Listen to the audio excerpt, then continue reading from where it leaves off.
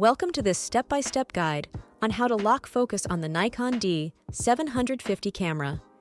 Tired of your camera refocusing every time you recompose your shot? Locking focus will keep your subject sharp, no matter how you adjust your framing. Let's dive in. Locate the focus lock lever. Slide the focus lock lever to the L.lock position. This action disables the autofocus system from adjusting focus automatically, allowing you to lock focus manually on your desired subject. With the focus lock lever in the L position, aim your camera at the subject you want to focus on. Use the autofocus system or manually adjust the focus ring on your lens to achieve sharp focus on the subject. Once the subject is in focus, the focus lock lever prevents the autofocus system from altering the focus distance, ensuring that your chosen focus point remains locked in place.